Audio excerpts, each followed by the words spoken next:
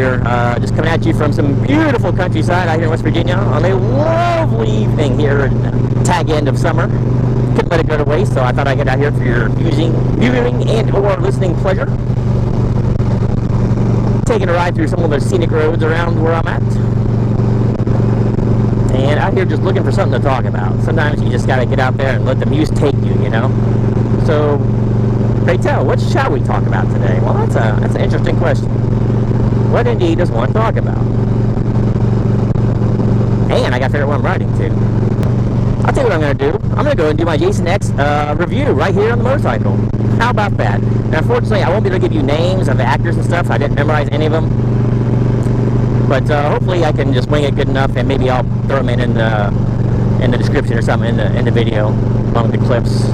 Maybe I'll just pull some random clips. I'll put it in there. But anyway, so let's talk about Jason X. Jason X kind of bridged the gap between Friday 13th Part 9, or Jason Goes to Hell, and Freddy versus Jason. And not that it bridged the gap story-wise or anything like that, but it just kind of held the license and the property for the studio, so they needed to release something, so they released it like 2 years before Freddy vs. Jason. You know, Freddy vs. Jason was in development long before this movie. And the director was basically not so much given carte blanche, but he was, you know, he was allowed to do something different. So different he was. He said, well, what do we haven't done the Jason thing? It's like, well, space? Space. There we go. Final Frontier. Let's put him out in space and see what happens. So damned if Jason didn't go out to space.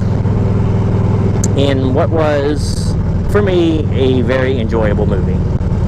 Alright, this movie gets a lot of flack. And I can understand some of it. It doesn't really feel like a Friday movie, even though Jason's tag is on there and he has some of the traits that we're all kind of accustomed to. But it's not really 100% a Friday movie. There's so much self-aware comedy and intended jokes that comes off feeling kind of flippant at times. It's gonna take more than a poke in the ribs to put down this old dog. Yeah, that ought to do it. And let's face it, there's no like scariness factor whatsoever to this movie. But you know, all that aside, I still kind of enjoyed it. You know, you start off with Jason being cryogenically frozen. That was their plan. My wife, when she watched it, she's like, did they try beheading him? You know, when they were talking about all the ways they tried to kill him. We executed him for the first time in 2008. We tried everything. Electrocution, gas, firing squad. We even hung him once. Nothing worked. It's like, take his head off. What's he gonna do then? Is it grow back? But apparently they found a more draconian idea. Back then, cryogenic freezing was all the rage. So they're gonna freeze the guy. Finally, it was decided that if we couldn't terminate him, we could at least contain him. Cryogenic stasis. Freeze him till we could figure out what to do. Alright, there's what happened. Of course, something goes wrong. He runs a garden variety machete through about 2 foot thick of enhanced steel. But okay, we can believe it. I guess he's super strong, and that strength goes into whatever weapon he's wearing or wielding at the time, I guess. Cryogenic breach. Emergency lockdown.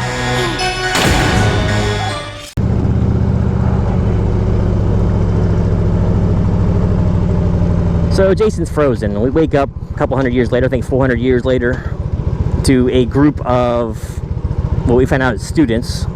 I guess they're archaeologist students. That's never really said, but we assume that's what it's for. And Jason is brought aboard along with the girl he stabbed. Oh, what was her name? Lexa Doeg played her. Anyway, I'll put something in the chat box down there. But so we meet our new group of nubile young girls and interesting guys, I guess you could say. One of them is interesting. The scientist nerdy guy is pretty cool, and the professor has his moments. Can someone tell me what's on his face? Some kind of 20th century carbon filtration unit? It's a hockey mask. But yeah, they are all thrown together with a thawing out Jason. Jason does come back.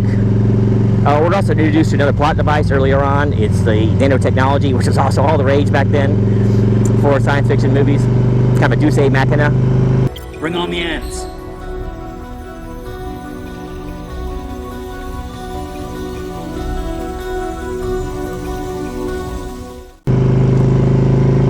So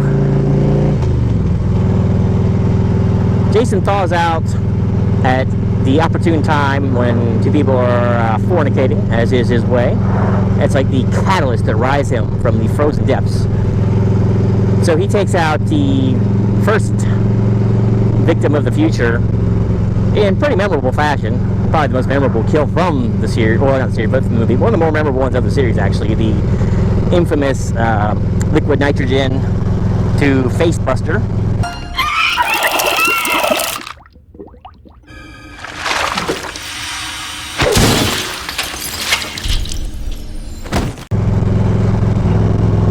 And I will say that the actress looks pretty game here. Looks like Kane was being pretty rough. As you know, they have to be for these to look real.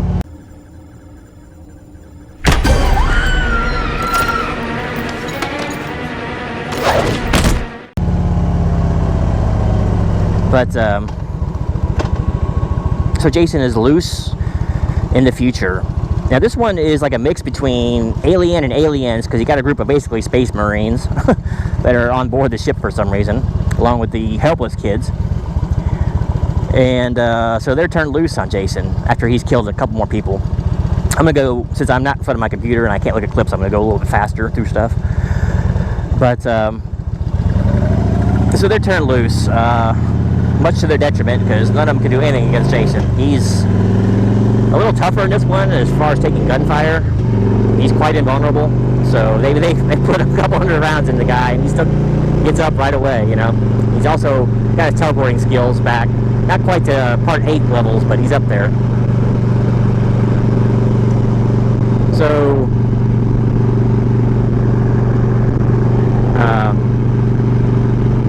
he dispatches all but one of the Marines, and he hurts that last Marine really badly. And so we're treated to some VR sequences.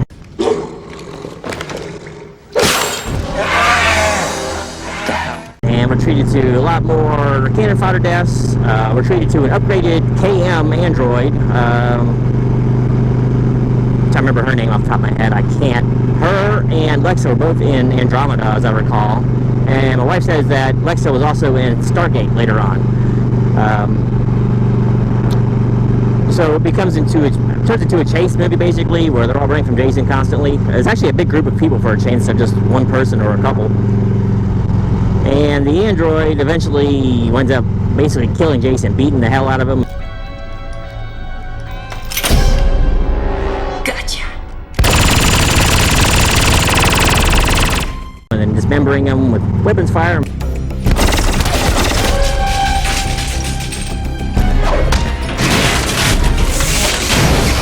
Blowing his head up, and he's apparently dead.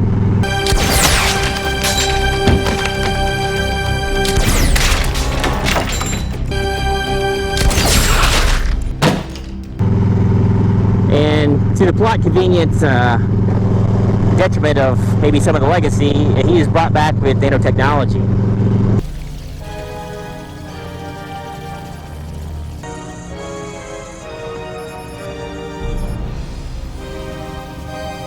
On autopilot, I guess. They can't find enough regular tissue to reconstruct him, so they use like metal and stuff that's laying around. It's never really gone into, but that's what happens. And he turns into Uber Jason.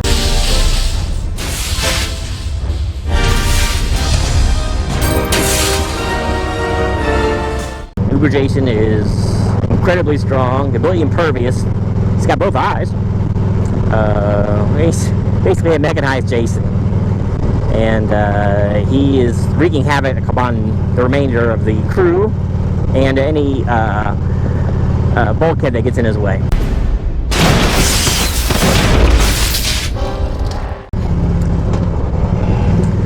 So, after much, like, what's the word I'm looking for? Like a disaster movie kind of. The ship is coming apart at the seams, and the explosions everywhere and all that. Jason boards the last of the remaining survivors' vessel, but he is dispatched by Sergeant Brodsky. The guy plays it mostly straight in the movie. I liked him a lot. His character is pretty cool. Sergeant Brodsky, don't leave those kids alone. What the hell's the matter with you? But basically the end, and we're left kind of on the cliffhanger note that we don't know if he's dead.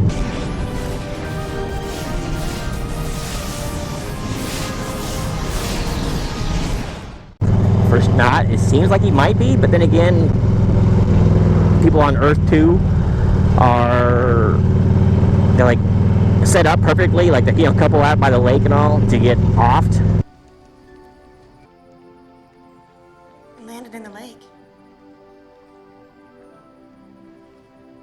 Let's go check it out. Like they wasn't serious, so who knows whether he is or not, but that was the movie. That's the very abridged version of it. And what do I think about it? This movie is the epitome of guilty pleasure to me. Look, it's not a good Friday movie. It's not really even a good movie per se. It's not a bad movie. It's a purposefully bad, so bad it's good movie though. Like the humor is intentional. I think we need to reboot. That does not count as a kill. Yes, it does. No one overacts on the serious side. The only one that plays it almost perfectly straight is Lexa Duig. Quiet. But if he's in here, he's gonna kill us. And quiet. One more sound, and I'll snap your neck myself. And I'm guessing the actors had a good time making this movie. And it kind of shows. They're likable. It's a likable bunch for the most part. Some of them don't get much screen time, of course, but that's the nature of the beast when it comes to slasher movies. But there's a high body count. It's a new idea, something different for Jason. You know, it's the same old Jason. I did not care for the Uber Jason part, but what are you going to do, you know? It was different. I'll give it that. So, I'm going to give this movie, I hate to say it, I'm going to give this movie 3 out of 5. It was close to being a 4. Some things you just can't overlook. Like, way too much comedy. Oh, this sucks on so many levels! If you're trying to make a horror movie, make it a horror movie, not a horror comedy. The only ones that ever done it right would be the American Wolf in London for that kind of blend. And this one's a lot more referential than that movie is, more self-aware. It's like they tried to take part 6 and add way more comedy to it and more self-awareness, you know, with inside jokes of the audience. A little bit ham-fisted, but I mean, the movie is fun to watch. I could probably go back and watch this one more often than most of the other movies in the series, even though I think they're far superior films to this, especially as a Friday the 13th movie. This one's just fun. I mean, people need to get over themselves sometimes and enjoy it, you know. People get too caught up in the lore and they can't handle anything new happening to the character. Look, I can understand them wanting to respect lore and all. That's a big part of stuff. But, just get yourself to like the movie, watch the movie, take it for what it is. It's not high art. It's just the fun 90-minute romp, you know. Hey, you want a beer? Or do you want to smoke some pot? Or we can have premarital sex. We love premarital sex! There's a couple really good kills in this movie too. None of them, like I said, are scary, but like the neck breaker is like one of my favorite kills in the entire series. That one's just brutal, man.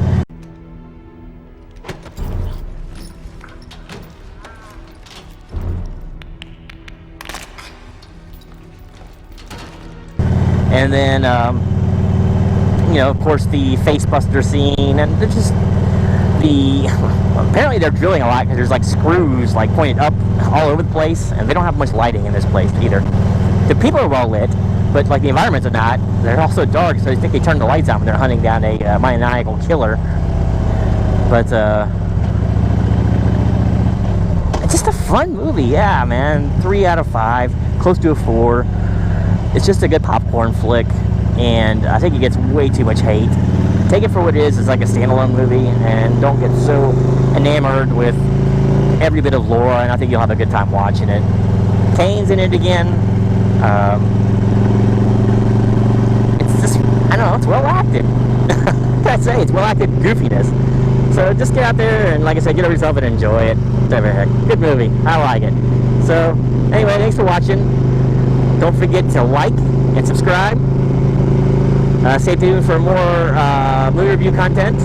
For my last two Friday the 13th reviews, I'll be having, of course, the next one will be Freddy vs. Jason and the 2009 remake. So stay tuned for those and myriad other things, including interviews from 513's personnel coming up in the near future. So thanks for watching, and until next time, this is Genome, almost through the series, but still loving it, out.